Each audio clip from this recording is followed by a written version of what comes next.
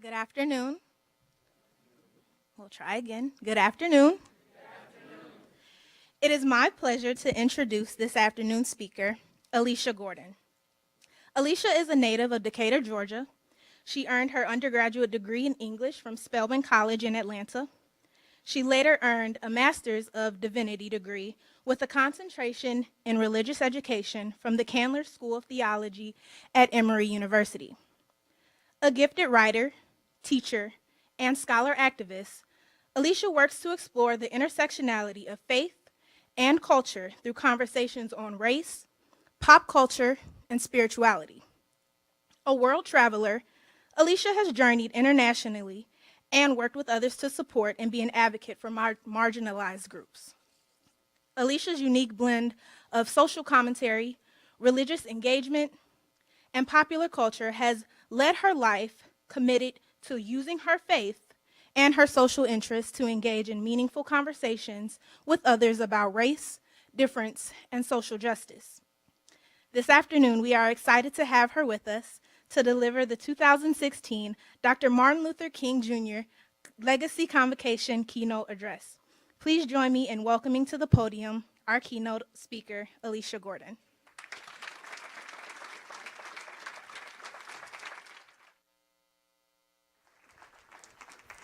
I'm on? I'm good. Ain't gonna let nobody turn me round. Come on. Turn me round. Turn me round. Ain't gonna let nobody turn me round. I'm gonna keep on walking, keep on talking, marching up to freedom land. Hey, ain't gonna let nobody turn me round. I hear you. Turn me round. Turn me round. Ain't gonna let nobody. Come on. Keep on walking. Keep on talking. Marching up to freedom. One more time. Hey, ain't gonna let nobody turn me round. Turn me round. Turn me round. Ain't gonna let. I hear you. Turn me round. Keep on walking. Keep on talking. Marching up to freedom land. All right, y'all. Give yourselves a round of applause. You can do better than that. I thought I'd bring a little Georgia freedom song with me. That all right with y'all? All the way from Atlanta, Georgia. I am so excited to be here with this body of amazing students and faculty, to the president of this school and deans and provost, faculty, students. I am excited to be your keynote speaker for today.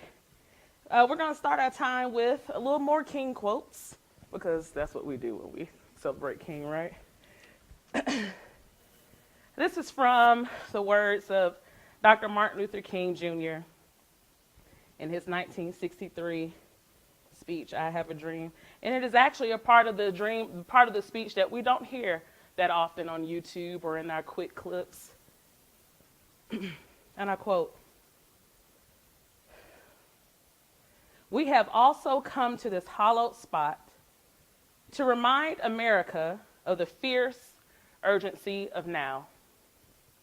This is no time to engage in the luxury of cooling off or to take the tranquilizing drug of gradualism. Now is the time to make real the promises of democracy. Now is the time to rise from the dark and desolate valley of segregation to the sunlit path of racial justice. Now is the time to lift our nation from the quicksands of racial injustice to the solid rock of brotherhood. Now is the time to make justice a reality for all God's children. It would be fatal for the nation to overlook the urgency of the moment," end quote. It's important to lay a foundation as we talk about issues concerning race and difference and justice because we all are starting on different playing fields. We all have a different understanding of how this whole thing goes. And so, as a part of this conversation, I want to start with a foundation of defining the word urgency.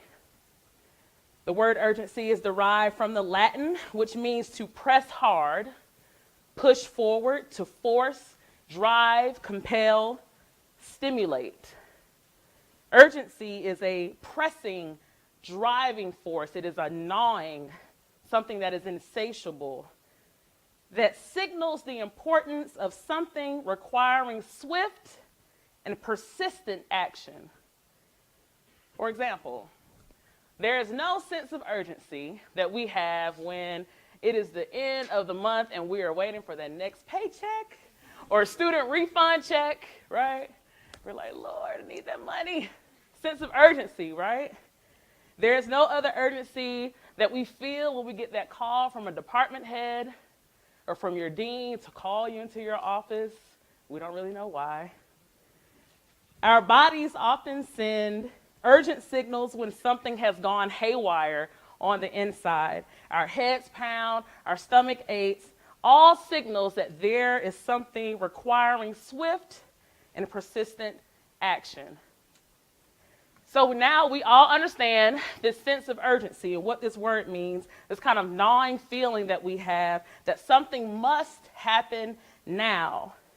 When life is off kilter for some of us, the longer we wait for these things to happen, the more urgent it feels, the more restless and anxious we become, and time is often not on our side when we are waiting urgently. I mean, when I'm hungry and I'm sitting at the microwave and I'm like, all right, 60 seconds, and I'm so hungry, and it often feels like 5 minutes because that hunger, that it almost exasperates time. So when King explores the fierce urgency of now in 1963 on the march at Washington, we have to consider the timeline that fueled the fiery urgency that had been burning in King at the time of this speech. So here's some timelines for us today. But there was a 58-year gap between Plessy versus Ferguson, which is the law that said everything was separate but equal, and the Brown versus Board decision in 1954. 58 years. There was a 9-year gap between Brown versus Board and the first time that schools across the South actually began to desegregate. 9 years. It would be 30 years before some cities in the Northeast and Pacific Northwest would actually begin to bus inner city schools into predominantly white schools after the Civil Rights Act of 1964. 30 years. Even today, in 2016, in Cleveland, Mississippi, there are 2 schools that have never desegregated. 52 years after the Civil Rights Act.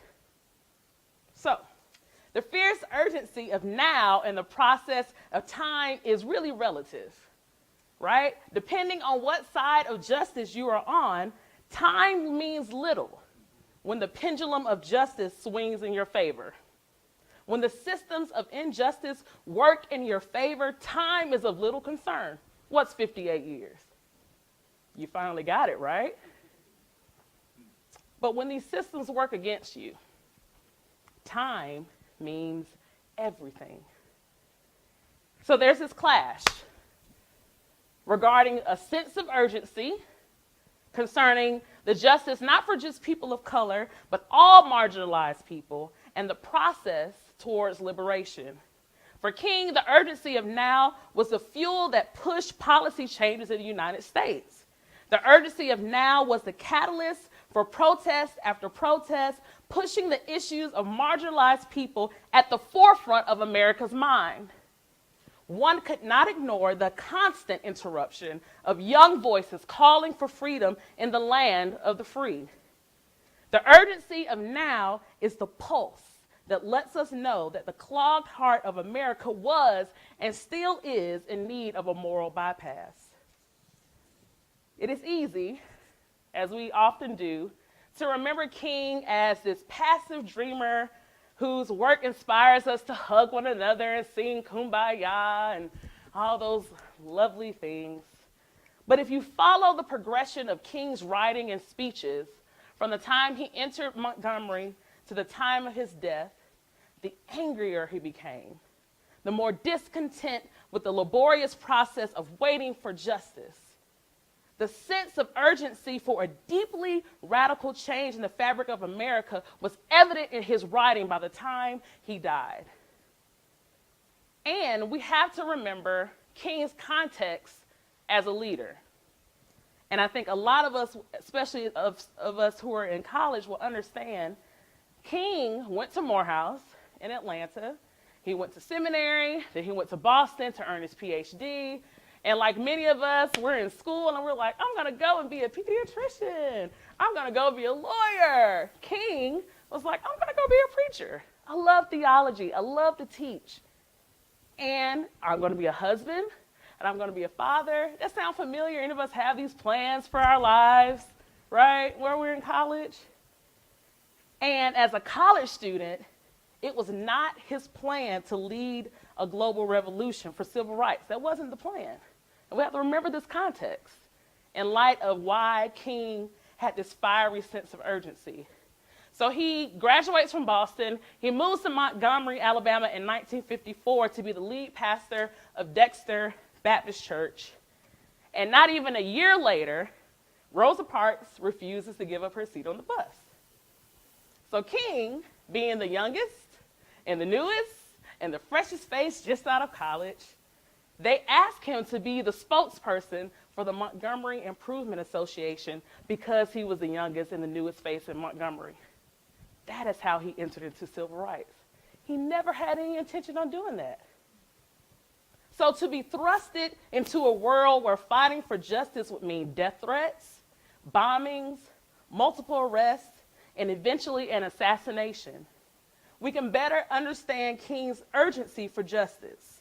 We can better see why his anger and angst toward a slow process of changing policy and the even longer process of changing the hearts and souls of people kept pushing him forward. So how does one continue to work for the rights of all people with such a sense of urgency, knowing that time is not on your side? Knowing that you may not actually see the work you have done in your lifetime. We hear that in King's final speech, the mountaintop speech, where he says, I may not get there with you, but I have seen the mountaintop. Because King understood that the work that he was doing, time was not on his side. So this is where we are today. As students, as faculty, an entire community that has these pockets of issues that we are fighting for, whether that's an issue of race or of gender discrimination, equal pay, or immigration rights, or LGBTQ equality, we who are fighting for justice have a sense of urgency about ourselves. We expect to see change quickly, hurriedly, now. And Iowa State has its own history of urgency and the process of time. I did a little research, just a little bit. Established as a co-ed institution in 1858, it would be 1891, 33 years, before the first African American would be accepted here by the name of, anyone know? George Washington Carver. He'd also be the first African American faculty member, the first to earn a degree here, and the first African American faculty member.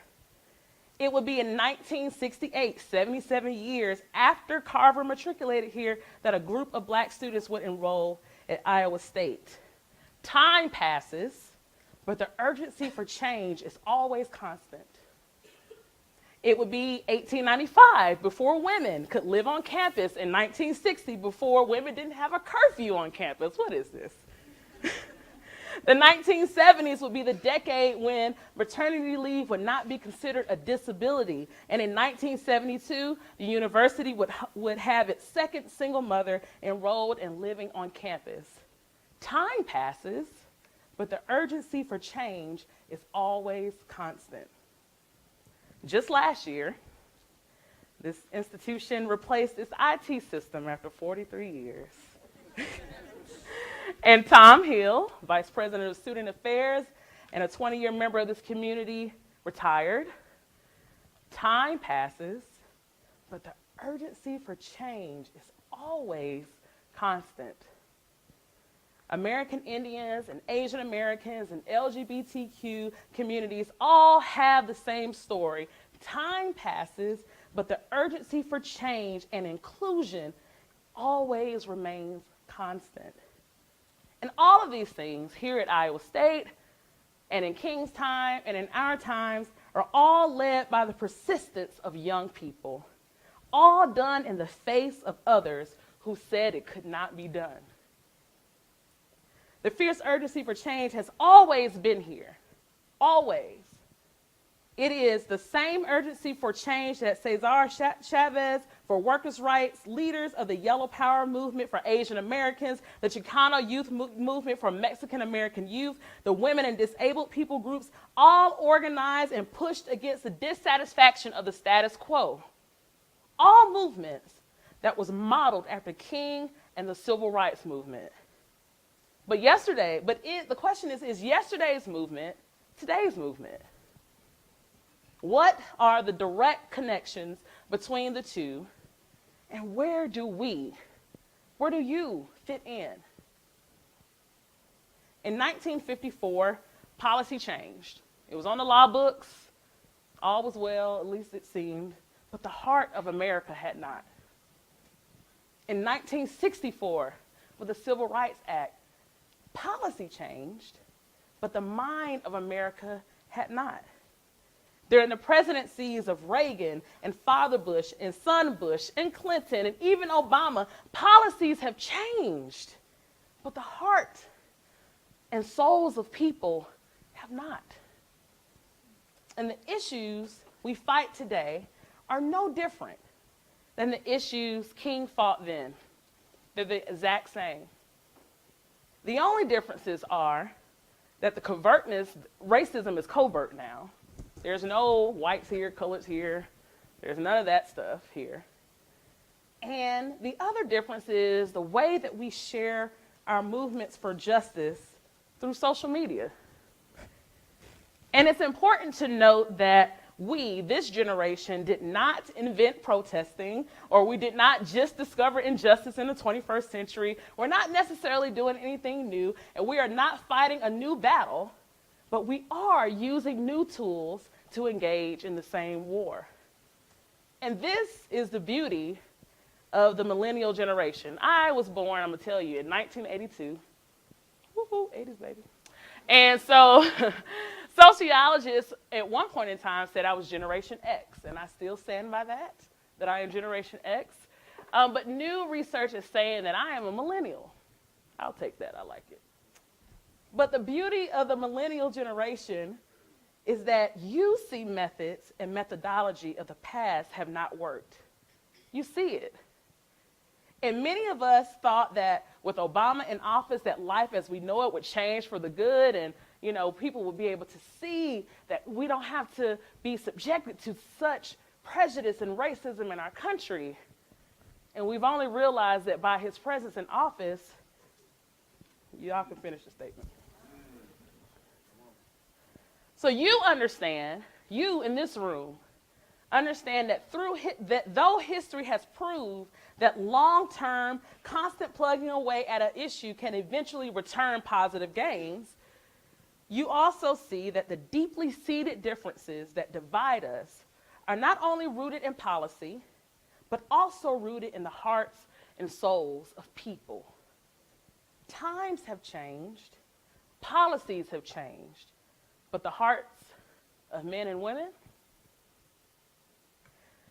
When I was growing up, my mom's best friend had a daughter. Her name was Vicky. And Vicky, I don't know, I was 5 or 6 years old, 7, 8. And Vicky was probably about 5 or 6 years older than me. And she had Down syndrome. She has Down syndrome. And we grew up together. we grew up together and played together and all these types of different things. And as an adult, I just have this affection for people with Down syndrome. I give to the Special Olympics. I just love on people who have Down syndrome. I want to sit and talk with them because I just think they are the sweetest, most kindest people I've ever met. And my friends often ask me, like, what is it with you? And you championing for the rights of people who have Down syndrome. And then I tell them about Vicky.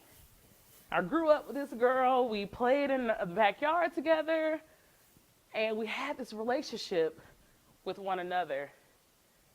And it's because we had this relationship that I championing for something that does not directly affect me.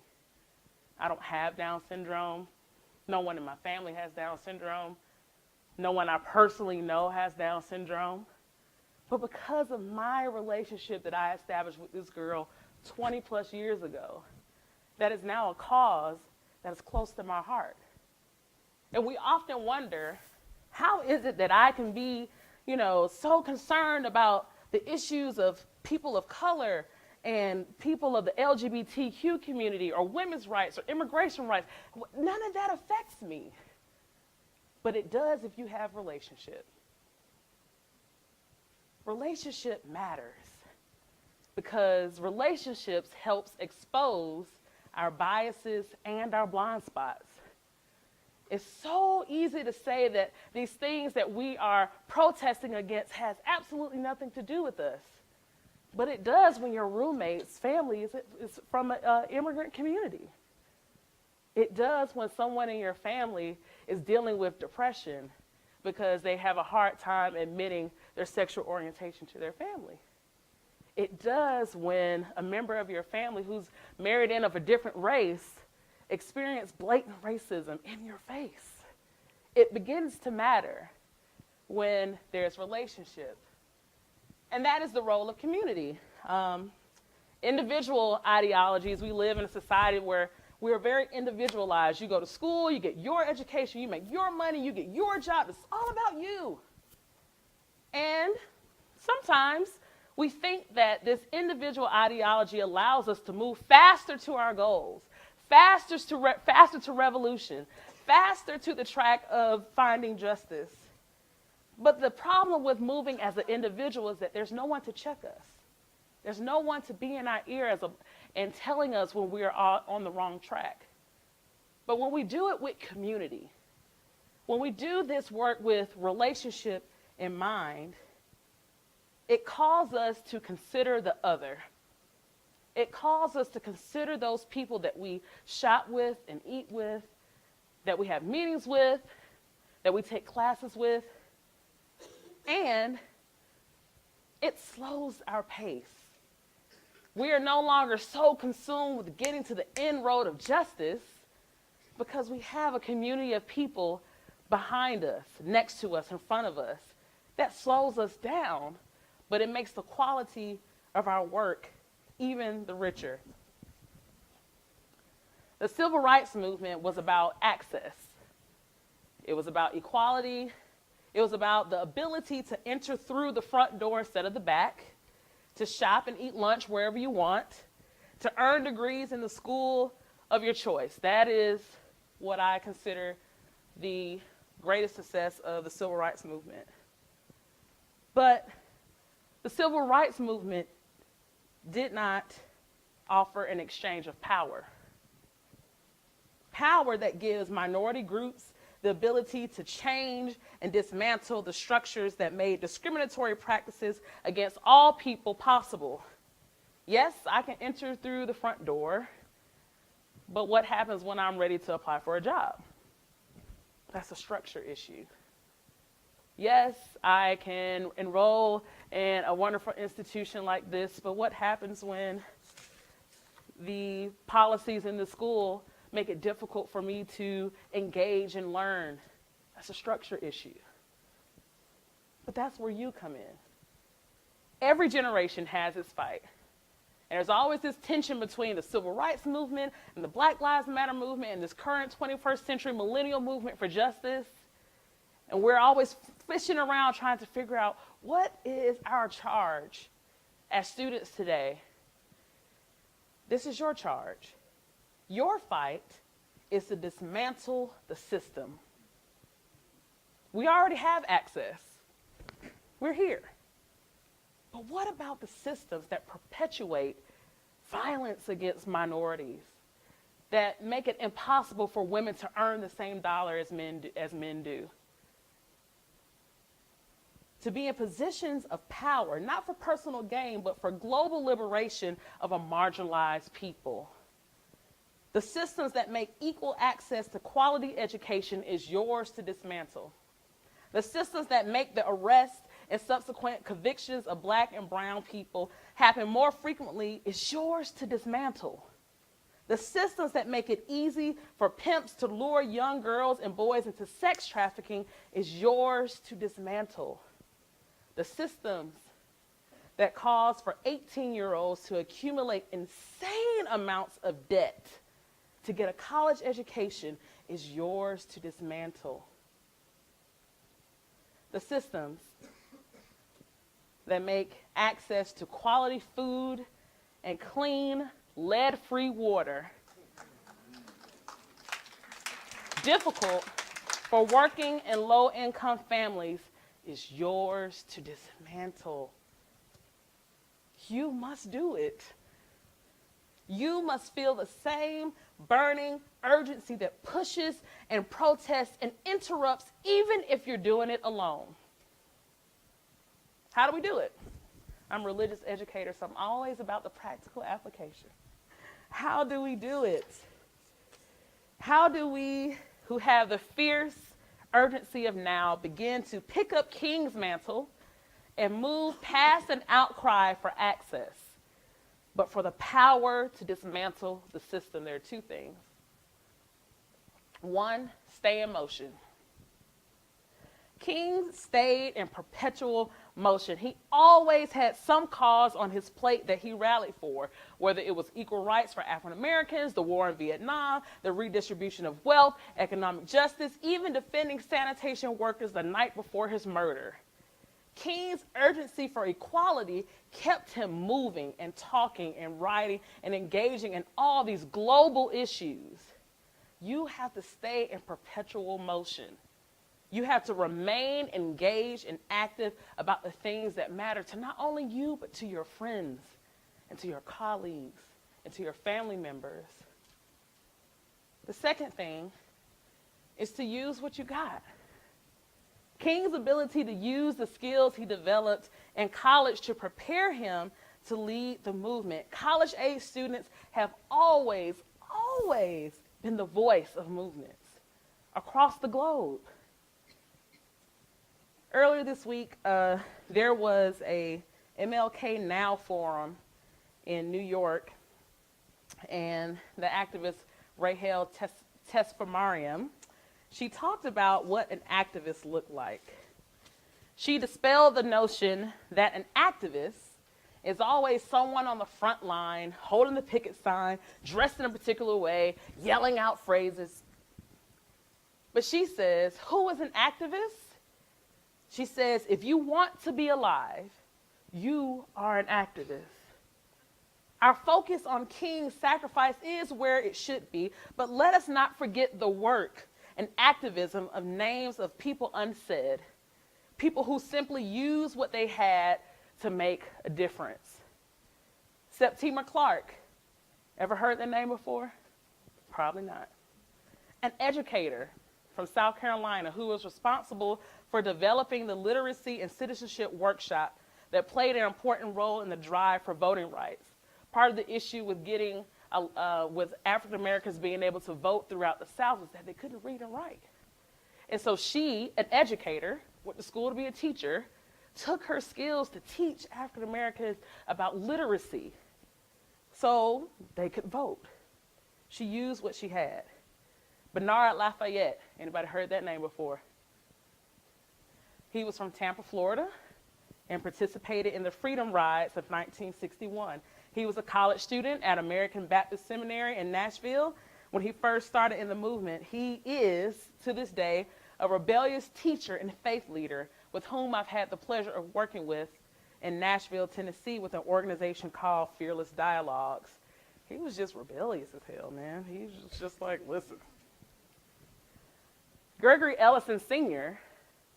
is a partner of the largest black-owned accounting firm in the Southeast, and he actually earned his degree from the University of Iowa in 1973.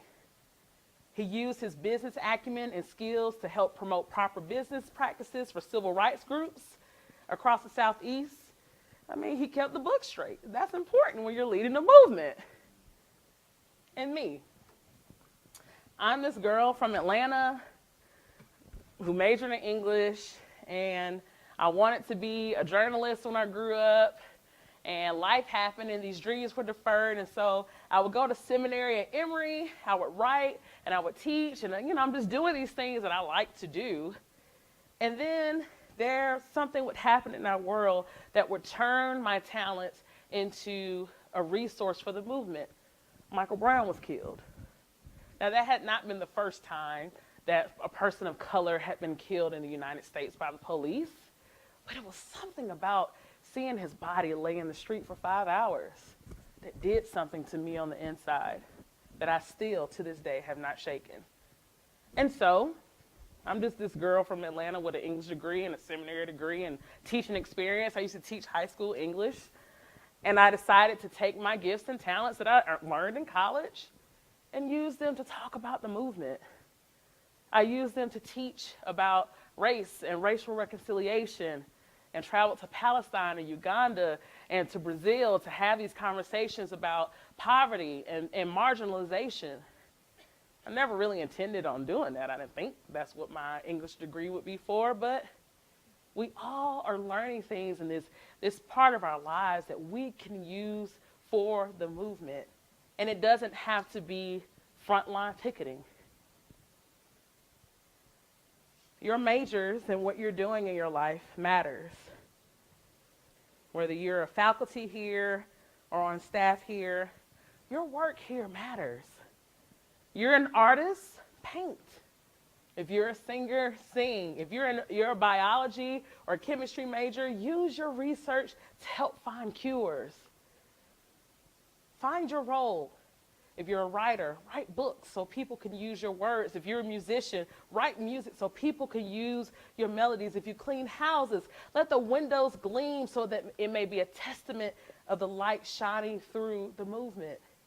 You don't have to stay on the highway or refuse to eat. You can just use what you got. You can change the world around you. You can change the world that's right within your reach. So I leave you with this question. What cause is in your most immediate reach? I'm going to ask everyone, stand up on your feet really quickly. Just really quickly. I'm not going to do anything to you, I promise. And I want you to just, if you're standing next to somebody, just stretch your hands out a little bit. Average person's arm length, unless you play like basketball or, it's about 3 feet or so on either side. Everybody should be, turn around a little bit. You might be bumping. It's okay. They ain't going to fight you. You might bump into somebody. What cause is most immediate in your reach? Tap the person next to you. To your left. To your right. These are the causes of which we fight for. These people whose bodies you touch. You may know them, you may not, but you see how close they are to you. You don't have to do grandiose things. You may not make it to the news, but the causes that matter the most are to our left and to our right. Can I get an amen? Amen. Thank you.